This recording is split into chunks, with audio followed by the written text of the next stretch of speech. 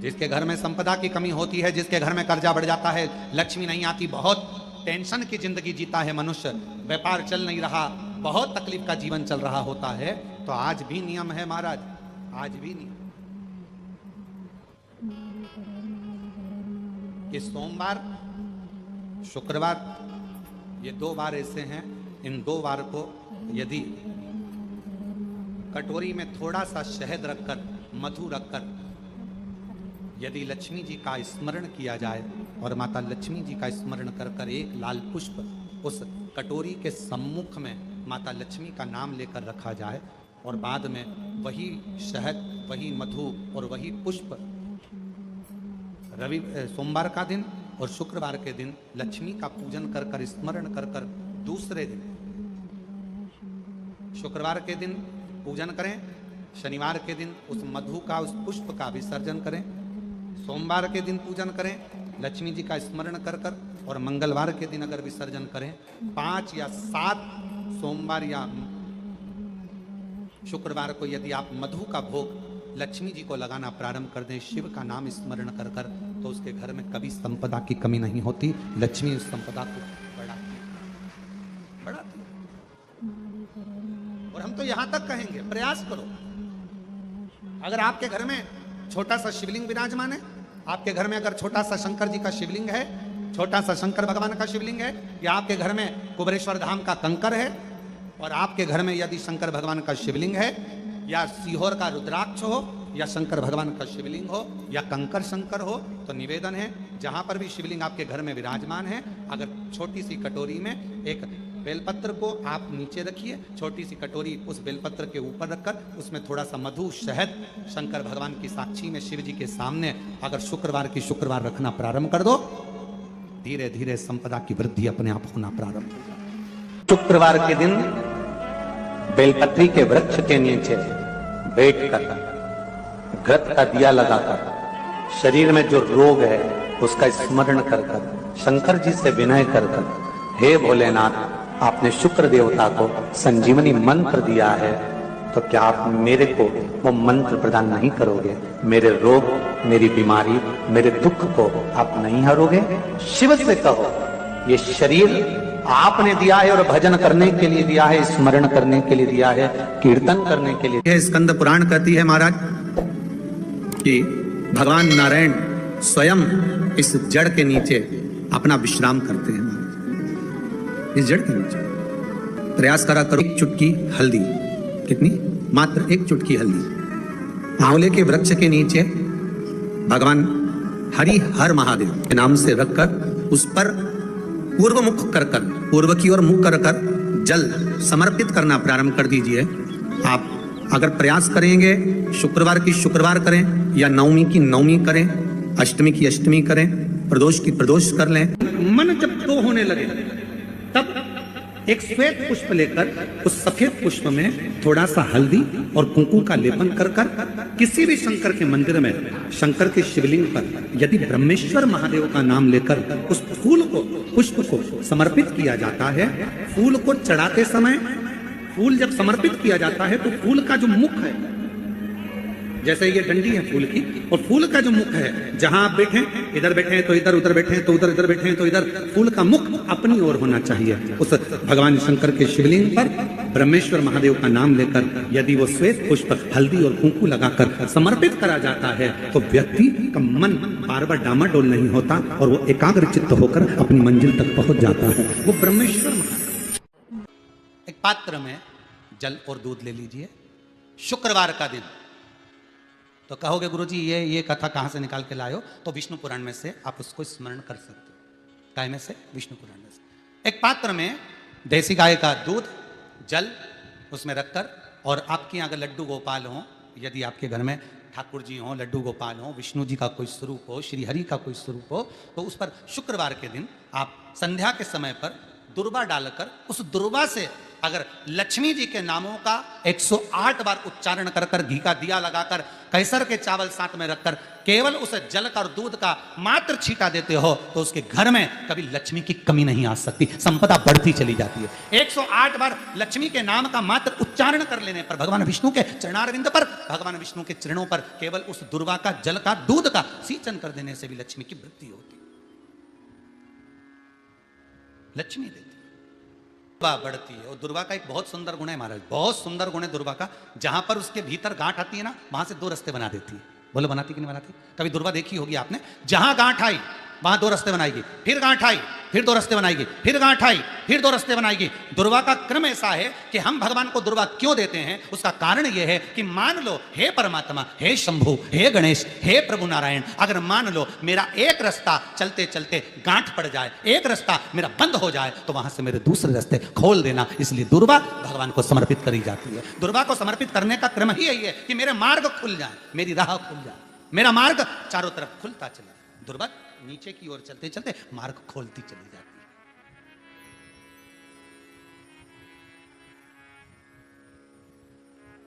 अमृत है ये, इसलिए नष्ट नहीं होती। तोड़ के रख लेना, प्रैक्टिकल करके जरूर देखना, सियोर वाला महाराज कहीं झूठ तो नहीं बोल रही है। तोड़ कर रखो दुर्वा को, बोरी में भर कर रखो, 4 साल 6 महीने 8 महीने बाद सूख जाए, बेकार हो जाए, उसके बाद भी उसको खेत में, बगीचे में कहीं ले जाकर पटक देना, 8-15 दिन पानी देना, देखो फिर वापस वही हरी की हरी होना, वही कहीं ना कहीं से स्फुटित होते फिर आगे बढ़ना चालू कर देगी। उसका तत्व है अमृत, वो अमर है, मरती नहीं, फिर चालू हो जाती। शिव कहते हैं यही अमरता है, यही अमरता है कि दुख आया तो मरने की नहीं सोचना है। तकलीफ आई, कष्ट आया, रोग आया, बीमारी आई, थोड़ा सा तकलीफ आ गई, थोड़ी बीमारी आ गई, थोड़ा दुख आ गया, तो ये मत सोचना हमें मरना है, नहीं नहीं नहीं, अभी तो और जीना है। तो किस लिए जीना है? कोई कहेगा इसको कहीं आसक्तियां होंगी, घर की, परिवार की, कुटुंब की, कबीले की, इसलिए जीना चाहती है, इसलिए जीना चाहता, नहीं। आसक्ति एक रखना कि मैं जीना इसलिए चाहता हूं, मैं और जीना चाहती हूं, इसलिए चाहती हूं कि अब मैं भगवान का भजन करना चाहती हूं। अभी तक मैंने परिवार, कुटुंब, कबीले, संसार के लिए करा, अब जितनी जिंदगी दी उस मालिक ने, अब मैं उसका भजन करूं। दुर्वा भगवान विष्णु को चढ़े, दुर्वा गणेश जी को चढ़े, दुर्वा शिव जी को चढ़े, दुर्वा ब्रह्मा को चढ़े, दुर्वा इंद्र को चढ़े, दुर्वा पितरों को चढ़े। कितना सुंदर कहा है। जिसके घर में पितृदोष प्रबल होता है, बहुत प्रबल पितृदोष है, तो उसके घर के जहां पानी का मटका रखा था, पितृदोष मालूम है ना? पितृदोष का लक्षण क्या होता है? 1 रुपए कमाओ, 1.25 रुपए खर्च हो, समझ लेना पितृदोष है। रात्रि को सो गए तुम, बड़े नींद आ गई तुमको, बहुत प्रेम से सो गए, सोने के 1.5 घंटे या 2 घंटे बाद तुम्हारी नींद खुल जाए और कम से कम आधे घंटे तक तुमको भूख लग रही हो, समझ लेना पितृदोष है। सोकर उठने के बाद में जैसे ही 1-2 घंटे की नींद हो गई और अचानक नींद खुल गई और तुम्हें भूख लग रही है, भूख लग रही है, प्यास लग रही है बहुत तेज, अभी सोए हो, 1.5 घंटा ही हुआ, 2 घंटा ही हुआ, भूख लगने लगी, बहुत तेज भूख लग रही है, समझ लेना पितृदोष है। पितृ भूखे हैं, भोजन की याचना कर रहे हैं, भोजन की याचना। सोने के बाद तत्काल नींद खुले, 2 घंटे के बाद भूख लगे, उसका भी एक समय बताया है महाराज ब्रह्मवर्ता पुराण के अंतर्गत कि रात्रि को सोने के बाद में 1 घंटे की नींद हो जाए और उसके बाद में 2 घंटे के अंदर वापस नींद खुल जाए और भूख लगने लगे, तो समझ लो पितृ भूखे हैं, भोजन मांग रहे हैं, अन्न मांग रहे हैं, पितृदोष है। पितृदोष का कुछ कुछ वर्णन किया गया है।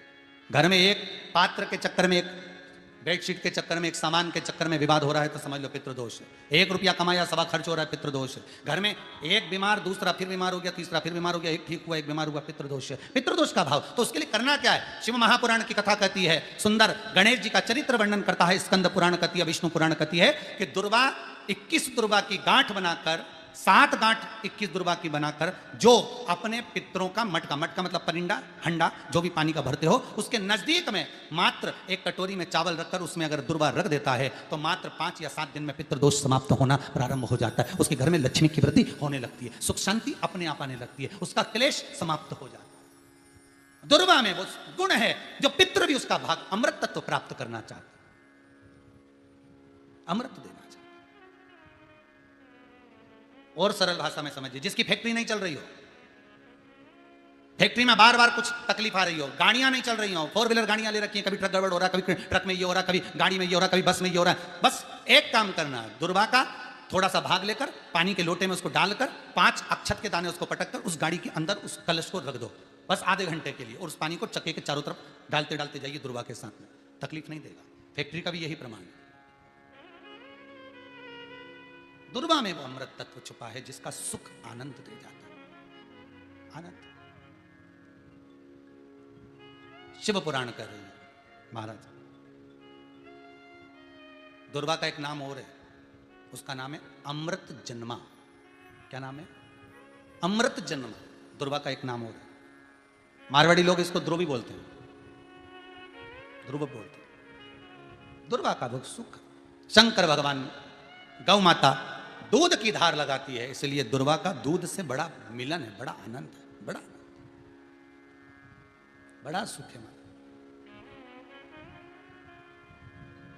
कोई भी ग्रह अनुकूल नहीं है, सब बेकार चल रहे हो, सब प्रतिकूल चल रहे हो, दूध के पात्र में दुर्वा डाल लो, पीपल के वृक्ष के नीचे चढ़ा कर आओ, राहु केतु शुक्र शनि जो भी गड़बड़ है सब सुधरना चालू हो जाता है। दुर्वा का वो सुख। जिस नदी में स्नान करो, तीर्थ में जाकर उस नदी के पास में कोई बगीचा लगा हो, वहां की दुर्वा को तोड़कर स्नान करते समय नदी में मात्र विसर्जन कर देने पर पितरों को पिंड पहुंच जाता है। मात्र उस दुर्वा का विसर्जन कर देने पर पितरों को पिंड का भाग मिल जाता है। अभी ना तो तुम्हारे पास में आटा है, ना तुम्हारे पास में चावल है, ना तुम्हारे पास में पिंड है, ना कोई तुम्हें संकल्प छुड़ा रहा है, ना कोई तुम्हारे पास में वस्तु है, उसके बाद भी पितरों को भाग मिल रहा है। काय से? केवल एक दुर्वा के तत्व से। स्नान करने से पहले पवित्र नदी में, गंगा यमुना नर्मदा सरयू आदि किसी पवित्र नदी में आप स्नान कर रहे हो, वहां के बगीचे में घूमकर आप जाते तो हो, पैदल ही नहाने जाते हो, तो घाट के आसपास में कोई बगीचा, वहां की दुर्वा तोड़ ली, एक दुर्वा नहाने से पहले अपने पूर्वजों पितरों के नाम से नदी में छोड़ दी। फूल तो छोड़ते ही हो, दिया भी छोड़ते हो, बस एक ही चीज नहीं छोड़ते, वो दुर्वा। और वो ही काम की, वही काम की। तुम कुछ छोड़ो ना छोड़ो, एक दुर्वा का भाग छोड़ दिया, वो पितरों के लिए सुख प्रदान करने वाला। शिव पुराण कर रही है महाराज। देवताओं को अमृत कितनी बार मिला? एक बार। दुर्वा को अमृत कितनी बार मिला? जम के बोलिए, 5 बार। कार्य सिद्धि के लिए 5 दुर्वा गणेश जी को चढ़ाई जाती है, आज भी नियम है।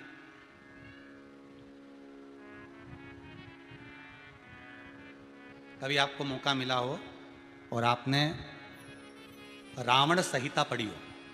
कौन सी संहिता? रावण संहिता।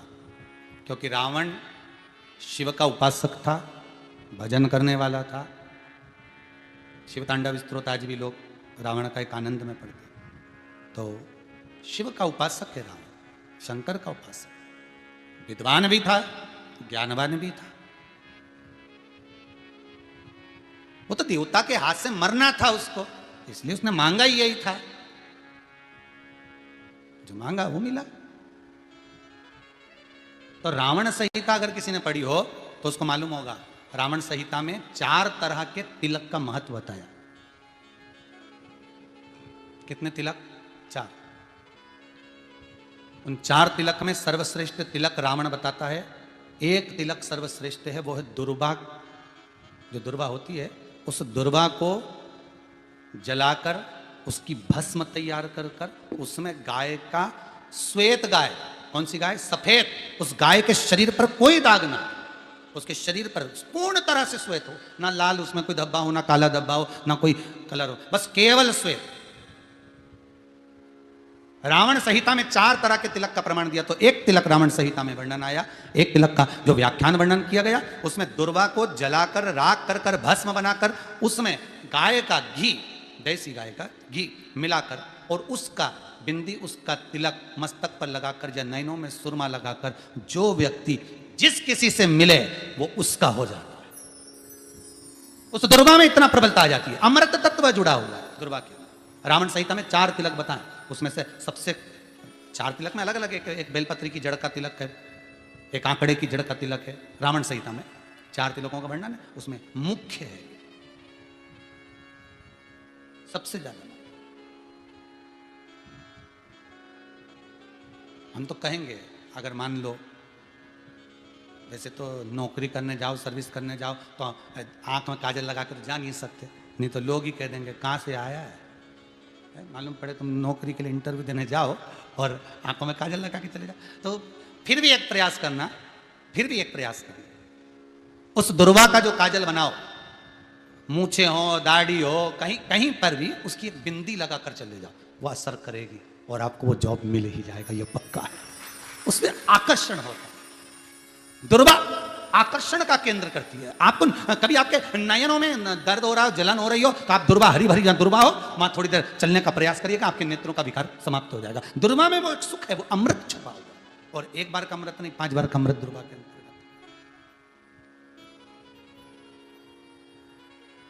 कौन से देवता हैं जिनके ऊपर दुर्वा का जल दूध में मिला हुआ छीटा जाए, श्वेत गाय के? देखो दूध का प्रमाण बार बार दुर्वा के साथ आया, उसका कारण क्या है? क्या कारण हो सकता है उसका? उसका एक कारण है, समुद्र मंथन के समय पर सबसे पहले कुछ निकला था, तो समुद्र मंथन में सबसे पहले निकली थी गौ माता, निकली थी। क्या निकली थी? गाय। सबसे पहले निकली थी गाय। और कितनी गाय निकली थी? 5। पहली नंदा, दूसरी सुभद्रा, तीसरी सुरभि, चौथी सुशीला, 5वीं बहुला। ये 5 गाय समुद्र मंथन में निकली। अब समुद्र मंथन में जब गौ माता निकली तो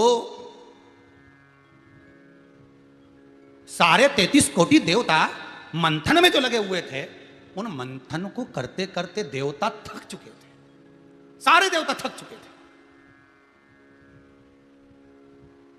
बहुला सुरभि और सुशीला से बोली, सुभद्रा से बोली, नंदा से बोली, अपना काम है, एक काम करो, अपन आप रूप दूध की धार बहाना प्रारंभ करो, अपने आप दूध की धार हम पृथ्वीलोक में हम भेजें इन देवताओं के लिए, तो देवताओं को अमृत तत्व मिलेगा, आनंद होगा। और गौ माता ने ऊपर खड़े होकर जो दूध बहाना प्रारंभ करा, वो देवताओं के मुख में आधा तो गया और आधा दूध समुद्र पर जब गिरा, और जो मंथन चल रहा था उस मंथन के चलते, कभी दूध का दही का मंथन करना तो क्या निकल कर आएगा? मक्खन आ जाएगा। वो मक्खन तैरता हुआ समुद्र की लहर से दुर्वा पर जा पड़ा। इसलिए आज भी दुर्वा के साथ में गौ माता के दूध का बड़ा प्रमाण है, वो भी देसी गाय, जर्सी नहीं, विदेशी नहीं, देसी गाय। और देसी गाय का दूध का बड़ा बड़ा प्रमाण है साहब। हम कई बार कथाओं में कहते हैं, जैसा खाया अन्न, बोलते जाओ, वैसा हो गया मन, जैसा पिया पानी वैसी हो गई वाणी, और जैसा पिया दूध वैसी बन गई बुद्ध। बुद्धि कैसे बनी है? दूध से बनी। डब्बे का दूध पियोगे तो डब्बे हो जाओगे, थैली का दूध पियोगे तो थैली, बोतल का दूध पियोगे तो बोतल। दूध का बड़ा असर।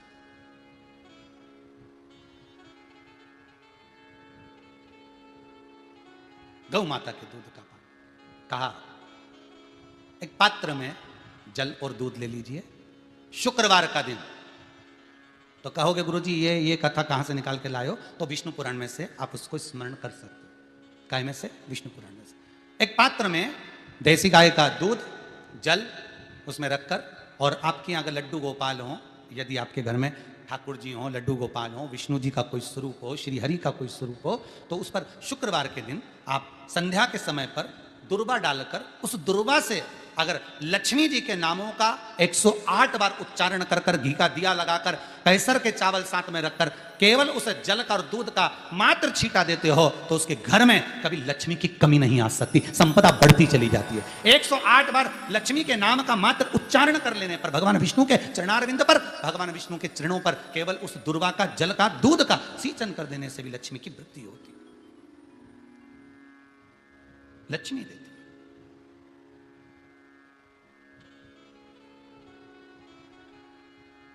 दुर्वा बढ़ती है, और दुर्वा का एक बहुत सुंदर गुण है महाराज, बहुत सुंदर गुण है दुर्वा का। जहां पर उसके भीतर गांठ आती है ना, वहां से 2 रास्ते बना देती है। बोलो बनाती कि नहीं बनाती? कभी दुर्वा देखी होगी आपने, जहां गांठ आई वहां 2 रास्ते बनाएगी, फिर गांठ आई फिर 2 रास्ते बनाएगी, फिर गांठ आई फिर 2 रास्ते बनाएगी। दुर्वा का क्रम ऐसा है कि हम भगवान को दुर्वा क्यों देते हैं? उसका कारण यह है कि मान लो, हे परमात्मा, हे शंभु, हे गणेश, हे प्रभु नारायण, अगर मान लो मेरा एक रास्ता चलते चलते गांठ पड़ जाए, एक रास्ता मेरा बंद हो जाए, तो वहां से मेरे दूसरे रास्ते खोल देना। इसलिए दुर्वा भगवान को समर्पित करी जाती है। दुर्वा को समर्पित करने का क्रम ही यही है कि मेरे मार्ग खुल जाए, मेरी राह खुल जाए, मेरा मार्ग चारों तरफ खुलता चले। दुर्वा नीचे की ओर चलते चलते मार्ग खोलती चली जाती है।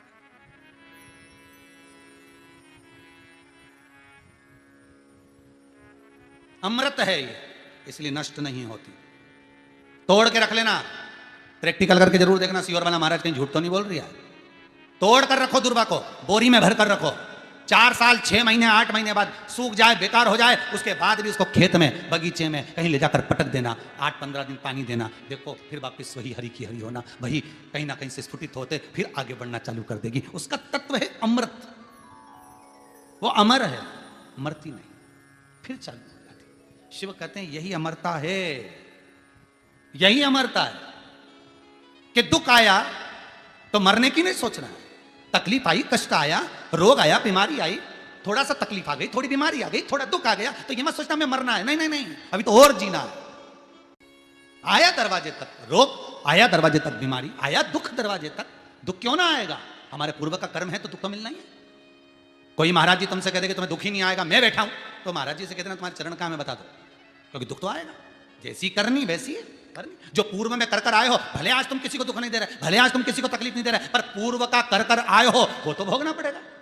2 कारणों से मनुष्य का शरीर मिलता है, एक कर्म का भोग भोगने के लिए, दूसरा भगवान का भजन करने के लिए। भजन भी करो और दुख भी भोगो। जो मिला है किस्मत में, बड़े प्रेम से मिला, ना जाने क्यों मिला इतना दुख, उसका कारण होगा। वो कारण को ढूंढना बाद में, अपने को ढूंढने की जरूरत भी क्या? अपन तो भजन करो, भजन करोगे तो दुख कटेगा। मंदिर जाने से दुख नहीं कट रहा, दुख कैसे कट रहा है? मंत्र जपने से, नाम जपने से, राम कहने से, कृष्ण कहने से, शिव कहने से, भवानी कहने से। मंत्र जितना जपोगे उतना दुख कटता चले जाएगा, उतना दुख। भोला सब दुख काटो हमारा, ओ भोला सब दुख काटो हमारा। शिव शंकर जपूं तेरी माला, भोला। जैसे व्यक्ति का कोई काम नहीं हो रहा, बहुत दिन से लगे, बहुत समय से लगे, ये काम हो ही नहीं रहा, तो शंकर जी का नाम को उल्टा कर कर जपना चालू कर दो। नमः शिवाय ओम।